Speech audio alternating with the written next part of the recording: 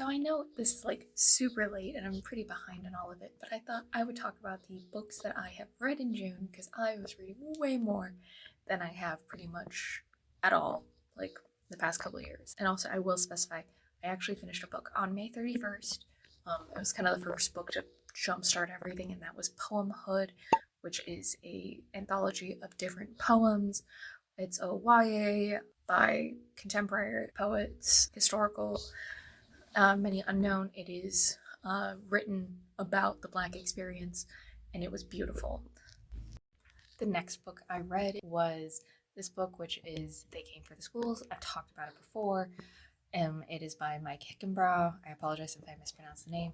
And it was a discussion about how right wing, like conservative groups are using like school boards to try to control the history that the kids are learning because they feel uncomfortable with like history and the fact that atrocities were committed, but they are feel uncomfortable, so therefore it shouldn't be taught at the detriment of many of the other kids.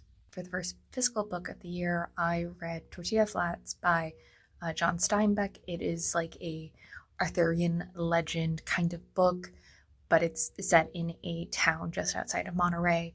I found it kind of fun, very episodic, and I will say there are some like slurs in it, so just be aware. So, like, the book has some anti Semitic undertones.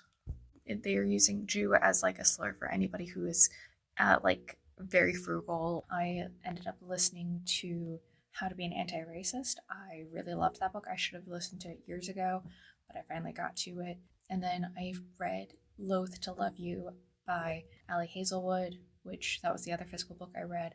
That one's 3 novellas, reads like fan fiction. I love it. But then again, I'm a fan fiction girly, so I do recommend it for my like fan fiction girls that are much more into like one shots because this was not like some crazy stories. All of them are enemies to lovers. And then the last book I read was Everything is Tuberculosis by John Green.